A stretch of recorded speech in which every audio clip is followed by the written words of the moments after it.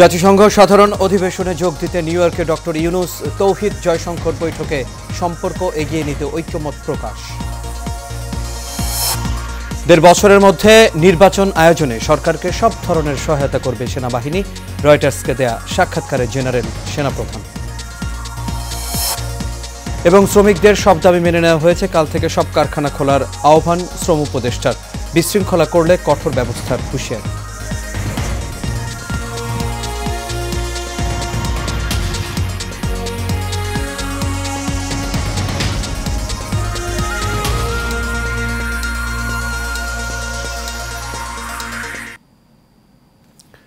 সবাইকে স্বাগত এশিয়া নিউজে। দর্শক, পুরো সংবাদ জুড়ে আপনাদের সঙ্গে আছি আমি আনোয়ার রাজা। তখন শুনছিলেন বিআরবি কেবল ইন্ডাস্ট্রিজ লিমিটেড সংবাদ শিরোনাম। এবার চলে যাচ্ছি পুরো খবরে।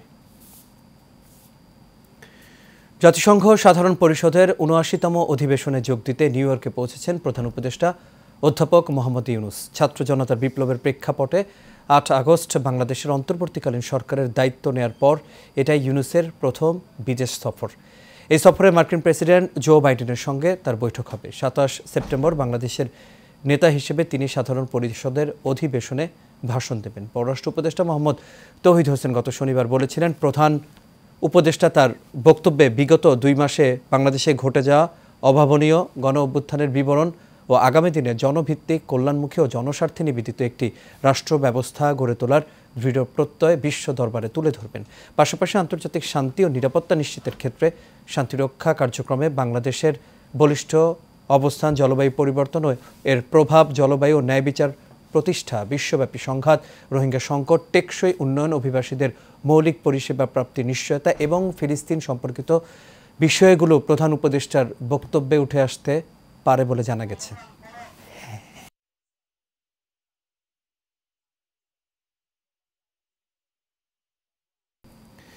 অন্তর্বর্তী সরকারের প্রধান উপদেষ্টা অধ্যাপক ডক্টর মোহাম্মদ ইউনুস যুক্তরাষ্ট্রে পৌঁছানোয় নিউ ইয়র্কের জন এফ কেনেডি আন্তর্জাতিক বিমানবন্দরে আনন্দ সমাবেশ করেছে বাংলাদেশ জাতীয়তাবাদী দল। স্থানীয় সোমবার সন্ধ্যা থেকেই জেএফকে বিমানবন্দরে জড়ো হয় প্রধান উপদেষ্টাকে বরণ করতে আসা যুক্তরাষ্ট্রসহ বাংলাদেশ জাতীয়তাবাদী দল ও বিভিন্ন অঙ্গ সংগঠনের নেতাকর্মীরা। এ সময় নানান স্লোগান দিতে থাকেন তারা। বিমানবন্দরে জাতিসংঘে বাংলাদেশের রাষ্ট্রদূত ও স্থায়ী প্রতিনিধি মোহাম্মদ আব্দুল মুহিত এবং যুক্তরাষ্ট্রে বাংলাদেশের ভারপ্রাপ্ত রাষ্ট্রদূত ডিএম সালাউদ্দিন মাহমুদ প্রধান উপদেষ্টাকে অভ্যর্থনা জানান। পরে মোটর শোভাযাত্রা সহকারে অধ্যাপক ডক্টর মোহাম্মদ ইউনুসকে ম্যানহাটনের একটি অভিজাত হোটেলে নিয়ে যাওয়া হয়।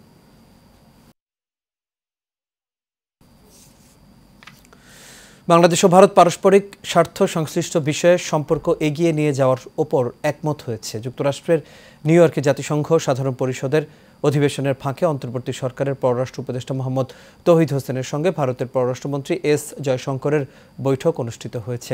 ওই বৈঠকে দুই নিকট প্রতিবেশী দেশের মধ্যে বিভিন্ন বিষয়ে আলোচনা হয়েছে। এছাড়া আজ সকালে বাংলাদেশের পররাষ্ট্র মন্ত্রণালয় সামাজিক যোগাযোগ মাধ্যম এক্সে এই তথ্য জানিয়েছে। নিউ ইয়র্কের স্থানীয় সময় অনুযায়ী সোমবার সন্ধ্যায় তৌহিদ হোসেনের সঙ্গে এস জয়শঙ্করের বৈঠকটি অনুষ্ঠিত হয়। পররাষ্ট্র মন্ত্রণালয়ের এক্সে বলা হয়েছে, বাংলাদেশের পররাষ্ট্র উপদেষ্টা তৌহিদ হোসেন জাতিসংঘ সাধারণ পরিষদের বৈঠকের ফাঁকে ভারতের পররাষ্ট্রমন্ত্রী এস জয়শঙ্করের সঙ্গে পারস্পরিক স্বার্থ সংশ্লিষ্ট বিষয় নিয়ে আলোচনা করেন। যা কিছুই ঘটুক না কেন, গুরুত্বপূর্ণ সংস্কার সম্পন্ন করে আগামী 18 মাসের মধ্যে যেন নির্বাচন হতে পারে, সেজন্য সরকারকে সব ধরনের সহায়তা করার প্রতিশ্রুতি দিয়েছেন সেনাপ্রধান জেনারেল ওয়াকারুজ্জামান। সোমবার বার্তা সংস্থা রয়টার্সকে দেয়া এক সাক্ষাৎকারে এমনটি জানান তিনি। এ সময় সামরিক বাহিনীকে রাজনৈতিক প্রভাব মুক্ত রাখার কথাও জানান সেনাপ্রধান। এই চিহ্নিত রিপোর্টে দেখুন বিস্তারিত। ছাত্র জনতার ব্যাপক বিক্ষোভের মুখে বাংলাদেশের প্রধানমন্ত্রী পদ থেকে ক্ষমতাচ্যুত হয়ে গত আগস্ট মাসের শুরুতে ভারতে আশ্রয় নেন শেখ হাসিনা। তার দেশ ছেড়ে চলে যাওয়ার পর অন্তর্বর্তীকালীন সরকার দায়িত্ব নিয়েছে।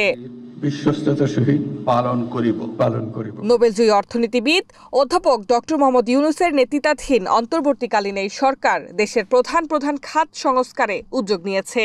এমন অবস্থায় প্রধান উপদেষ্টা ডক্টর ইউনুসের এই সরকারের প্রতি দৃঢ় সমর্থন ব্যক্ত করেছেন বাংলাদেশের সেনাপ্রধান জেনারেল ওয়াকারুজ্জামান। সেনাপ্রধান হিসাবে আমার প্রধান দায়িত্ব হচ্ছে। আন্তর্জাতিক বার্তা সংস্থা রয়টার্সকে দেওয়া এক সাক্ষাৎকারে সেনাপ্রধান আরো জানান, আগামী 1.5 বছরের মধ্যে দেশে গণতন্ত্রের উত্তরণ হতে হবে। সেনাবাহিনী রাজনীতিতে হস্তক্ষেপ করবে না। সেনাবাহিনী ইনেট টু সিভিল পাওয়ারে তার দায়িত্ব পালন। এছাড়া সামরিক বাহিনীকে রাজনৈতিক প্রভাব থেকে মুক্তি দেওয়ার একটি রূপরেখাও দিয়েছেন তিনি। সামগ্রিকভাবে বাহিনীকে কখনোই রাজনৈতিক উদ্দেশ্যে ব্যবহার করা উচিত নয় বলেও মনে করেন বাংলাদেশের সেনাপ্রধান। Mitu, Asian television. শ্রমিকদের সব দাবি মেনে নেওয়া হয়েছে বলে জানিয়েছেন শ্রম উপদেষ্টা আসিফ মাহমুদ সজীব ভুইয়া। একই সঙ্গে বুধবার থেকে সব গার্মেন্টস খোলা থাকবে বলেও জানান তিনি। আজ সচিবালয়ে সম্প্রতি দেশে চলমান শ্রমিক অসন্তোষের কারণে শ্রমিক এবং মালিক পক্ষের বৈঠকের পর সাংবাদিকদের তিনি এসব কথা বলেন।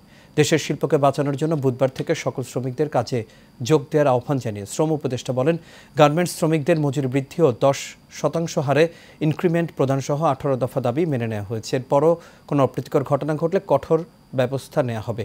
এ সময় স্বরাষ্ট্র উপদেষ্টা লেফটেন্যান্ট জেনারেল অবসরপ্রাপ্ত মোহাম্মদ জাহাঙ্গীর আলম চৌধুরী, শিল্প মন্ত্রণালয়ের উপদেষ্টা আদিলুর রহমান খান এবং মৎস্য ও প্রাণী সম্পদ মন্ত্রণালয়ের উপদেষ্টা ফরিদা আক্তার উপস্থিত ছিলেন। কক্সবাজারের চকরিয়া উপজেলা অস্ত্র উদ্ধার অভিযানকালে ডাকাতের গুলিতে সেনাবাহিনীর এক কর্মকর্তা নিহত হয়েছেন।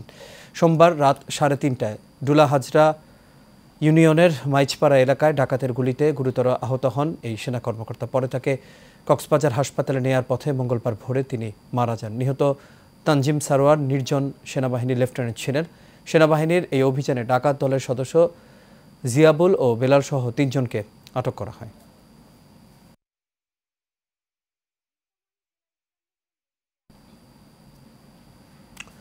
এবার আন্তর্জাতিক প্রসঙ্গ। আন্তর্জাতিক সীমানা লঙ্ঘন করার সারা বাংলার খবর।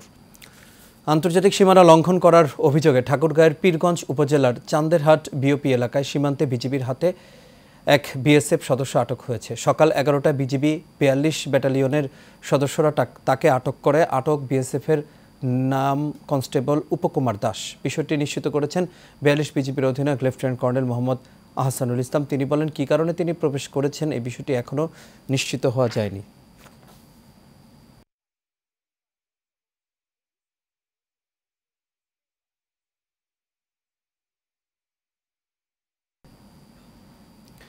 বিএনপির ভারপ্রাপ্ত চেয়ারম্যান তারেক রহমানের নির্দেশে নোয়াখালীর বেগমগঞ্জ বন্যা দুর্গত এলাকায় প্রায় 1800 বন্যার্তদের মাঝে ত্রাণ সামগ্রী বিতরণ করেন কেন্দ্রীয় বিএনপির ভাইস চেয়ারম্যান বরকতুল্লাহ বুলু। এ সময় তিনি বলেন, স্বৈরাচারী আওয়ামী লীগ মানুষের ওপর অত্যাচার করেছে, কিন্তু বিএনপি সবসময় অসহায় মানুষের পাশে ছিল এবং থাকবে। দুর্গত এলাকায় অসহায় মানুষের সহায়তায় বিএনপির নেতাকর্মীদের এগিয়ে আসার আহ্বানও জানান তিনি। উপজেলার কুতুবপুর ইউনিয়নে ত্রাণ সামগ্রী বিতরণকালে উপস্থিত ছিলেন তিনি। জেলা বিএনপির সদস্য স্বামী বরকত লাখি, উপজেলা বিএনপির সভাপতি কামাখ্যা চন্দ্র দাস, সাধারণ সম্পাদক মাহফুজুল হক আবেদ সহ আরও অনেকে উপস্থিত ছিলেন। এর আগে একলাশপুর ইউনিয়ন যুবদলের উদ্যোগে 5 আগস্ট আন্দোলনে ক্ষতিগ্রস্ত 150 নেতাকর্মীদের মাঝে নগদ অর্থ প্রদান করেন তিনি। নারায়ণগঞ্জের জেলা ও দায়রা জজ এরশাদুল আলম বদলি হয় তার স্থলাভিষিক্ত হয়েছেন আবু শামীম আজাদ। গত 19 সেপ্টেম্বর রাষ্ট্রপতির আদেশক্রমে আইন বিচার সংসদ ও বিচার মন্ত্রণালয় আইন ও বিভাগীয় উপসচিব প্রশাসন মোহাম্মদ ওসমান হায়দারের বিষয়টি নিশ্চিত করেন। তাই বিদায়ী জেলা ও দায়রা জজ এরশাদুল আলমকে ফুলেল শুভেচ্ছা দেন নারায়ণগঞ্জ আইনজীবী সমিতি নেতৃবৃন্দ। সোমবার দুপুরে আইনজীবী সমিতির সভাপতি অ্যাডভোকেট হুমায়ুন কবির ও সাধারণ সম্পাদক অ্যাডভোকেট আনোয়ার প্রধানের নেতৃত্বে ফুলেল শুভেচ্ছা জানানো হয়। এ সময় নারায়ণগঞ্জ আইনজীবী সমিতির সদস্যরা উপস্থিত ছিলেন।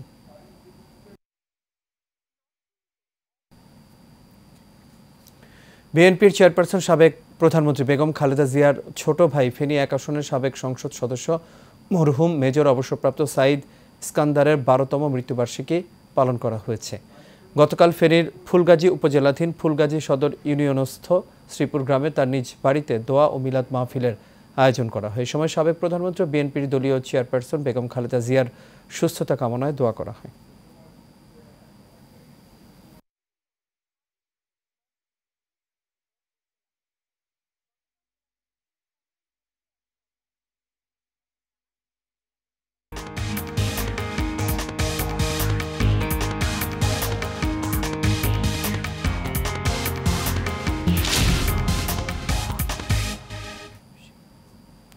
এবার আন্তর্জাতিক প্রসঙ্গ। ইসরায়েলি হামলায় লেবাননের নিহত বেড়ে 492 জনে দাঁড়িয়েছে। আহত হয়েছেন 1645 জন, জানিয়েছে দেশটির স্বাস্থ্য মন্ত্রণালয়। 2006 সালের ইসরায়েল হিজবুল্লাহ যুদ্ধের পর সোমবারই সবচেয়ে ভয়াবহ হামলার দিন দেখল লেবানন।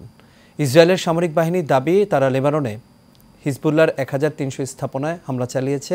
ইসরায়েলের প্রধানমন্ত্রী বেনিয়ামিন নেতানিয়াহু লেবাননের লোকজনকে দ্রুত সম্ভব নিরাপদে চলে যাওয়ার আহ্বান জানিয়েছেন। ইসরায়েলি বাহিনী সেখানকার লোকজনকে হিজবুল্লাহ অধ্যুষিত এলাকা ছেড়ে দূরে চলে যেতে বার্তা দিয়েছে। এদিকে ইসরায়েলি হামলার জবাবে উত্তর ইসরায়েলে 2 শতাধিক রকেট ছুড়েছে হিজবুল্লাহ। প্রেসিডেন্ট জো বাইডেন বলেছেন, মানুষ যাতে নিরাপদে তাদের ঘরে ফিরতে পারে সেজন্য সংঘাত কমানোর চেষ্টা করছে যুক্তরাষ্ট্র।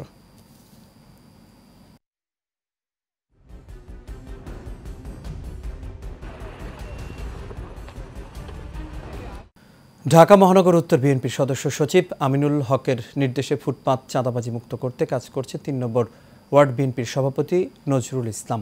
ফুটপাতে ব্যবসায়ীরা দীর্ঘদিন ধরে চাঁদাবাজদের হাতে জিম্মি থেকে চাঁদা দিয়ে আসছিল উল্লেখ করে 3 নম্বর ওয়ার্ড বিএনপির সভাপতি নজরুল ইসলাম বলেন, সরকার পতনের পর এখন আর কেউ ফুটপাতে চাঁদাবাজি করছে না। ফুটপাতে চাঁদাবাজি বন্ধে নিয়মিত তদারকি করা হচ্ছে। এছাড়া চাঁদাবাজদের বিরুদ্ধে অবস্থান নিয়েছে বৈষম্য বিরোধী ছাত্র আন্দোলনের নেতৃবৃন্দরা।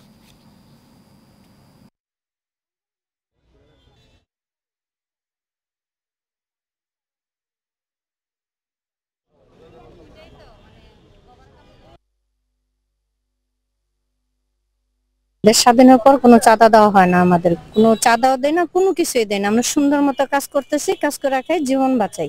এখন আমাদের কাছ থেকে কেউ চাঁদা নিতে আসে না। এখন আমরা সুন্দরভাবে দোকানদারি করতেছি।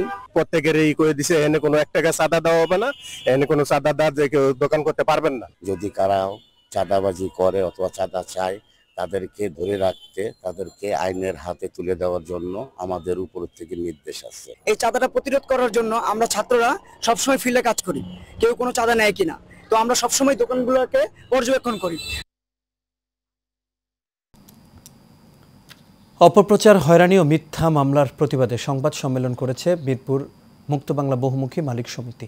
দুপুরে জাতীয় প্রেস ক্লাবে এই সংবাদ সম্মেলন অনুষ্ঠিত হয়। এ সময় বক্তারা বলেন, একটি কুচক্রী মহল অপপ্রচার, হয়রানি ও মিথ্যা মামলা দিয়ে সুনাম ক্ষুণ্ণ সহ নানা ষড়যন্ত্র চালিয়ে আসছে। মিথ্যা মন গড়া সংবাদ প্রচার, মিথ্যা হত্যা মামলা দায়ের সহ নানান ষড়যন্ত্রের প্রতিবাদে এই সংবাদ সম্মেলন বলেও জানান বক্তারা। তারা এই সময় আরও জানান, সমিতির সকল ব্যবসায়ী ও ভাড়াটিয়াদের অনুরোধে মার্কেটের সামনের রাস্তায় নিয়মিত ফুটপাতে হকার উচ্ছেদ ও চাঁদাবাজদের বিরুদ্ধে ব্যবস্থা নিতে সরকারের কাছে আবেদন করা হয়। এতে ক্ষুব্ধ হয়ে চাঁদাবাজরা এসব ষড়যন্ত্র করছে বলেও জানান বক্তারা।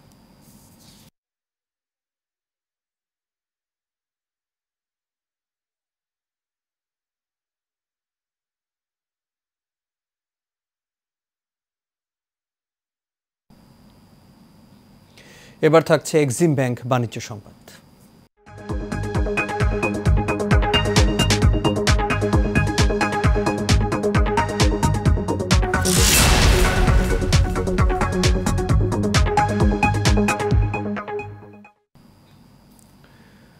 কুষ্টিয়ার খোকসা উপজেলায় জনপ্রিয় হয়ে উঠেছে পান চাষ। এবার 30 হেক্টর জমিতে উৎপাদন হয়েছে 312 মেট্রিক টন পান। রোগবালাই তুলনামূলক কম এবং অন্য ফসলের চেয়ে লাভ বেশি হয় এখন অনেকেই ঝুঁকছেন এই পান চাষে। ফলন ও দাম ভালো পাওয়ায় খুশি পান চাষিরা। কৃষি নির্ভরশীল কুষ্টিয়ার খোকসায় নানা ধরনের আবাদ হয়ে থাকলেও এখন উপজেলার জানিপুর ও শিমুলিয়া ইউনিয়নের কয়েকটি গ্রামের মাঠ জুড়ে দেখা যায় পানের বরজ। এসব পানের বরজে কাজ করে স্বাবলম্বী হচ্ছেন হাজারো শ্রমিক। এদিকে এখানকার মাটি ও আবহাওয়া পান চাষের উপযোগী হয় দিন দিন আগ্রহ বাড়ছে অন্য চাষিদেরও। পান চাষ বাড়াতে কৃষকদের প্রশিক্ষণ সহ সব ধরনের পরামর্শ দিয়ে সহায়তা করছে স্থানীয় কৃষি বিভাগ।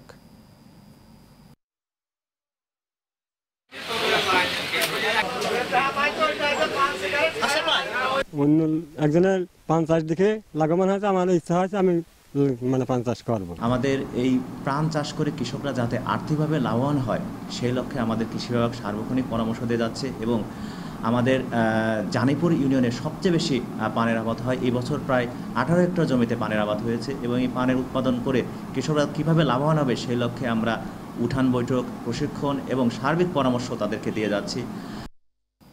আর এরই সাথে শেষ করবে এশিয়া নিউজ। তবে যাবার আগে বিআরবি কেবল ইন্ডাস্ট্রিজ লিমিটেড সংবাদ শিরোনামগুলো দেখে নেব দর্শক আরও একবার।